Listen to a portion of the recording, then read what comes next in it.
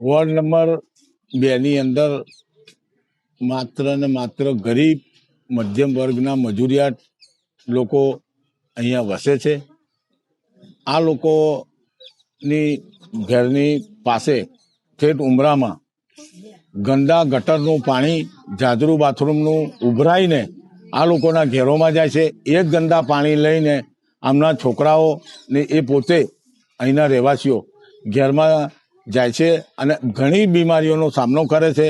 વારંવાર છેલ્લા 4 વર્ષથી રજૂઆત કરીએ છીએ અમે, લેખિત મૌખિક ચીફ ઓફિસરને, સત્તાધીશોને અને ઉપર જિલ્લા સુધી અમે આની રજૂઆતો કરેલી છે. વારંવાર રજૂઆતો કરવા છતાંય આ ગંદા પાણીનું કે પીવાના પાણીનું કોઈ પણ જાતનો નિકાલ કરવામાં આવેલો નથી.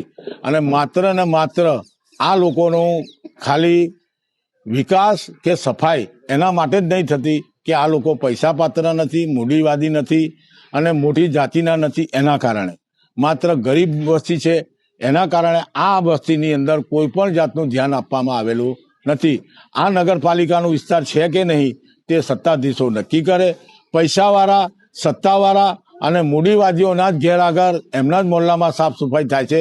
આવી ગરીબ વસ્તી બાજુ કોઈ પણ જાતનું ધ્યાન આપવામાં આવતું નથી. આમના છોકરાઓ વારંવાર, આ લોકો વારંવાર બીમાર પડે છે આ ગંદકીના કારણે. અને ગરીબ મધ્યમ વર્ગના લોકો પૈસાથી ને બીમારીથી બેહાલ છે. તો અમારી સત્તાધીશોને એટલી જ રજૂઆત છે કે આ લોકોના સાફ સફાઈ સ્વાસ્થ્ય સાથે ચેડા ના કરે અને આ લોકોની સફાઈ મોહલ્લાની કરે વહેલી તકે. આની માટે અમે પહેલાં બી રજૂઆતો કરેલી છે, તેમ છતાંય કોઈ પણ જાતનું ધ્યાન આપેલું નથી.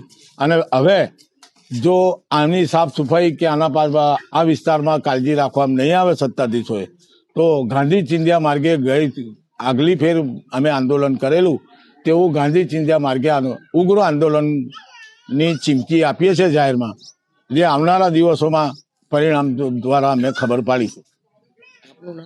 શેખ યુનુસભાઈ બાબર, વોર્ડ નંબર 4 સદસ્ય.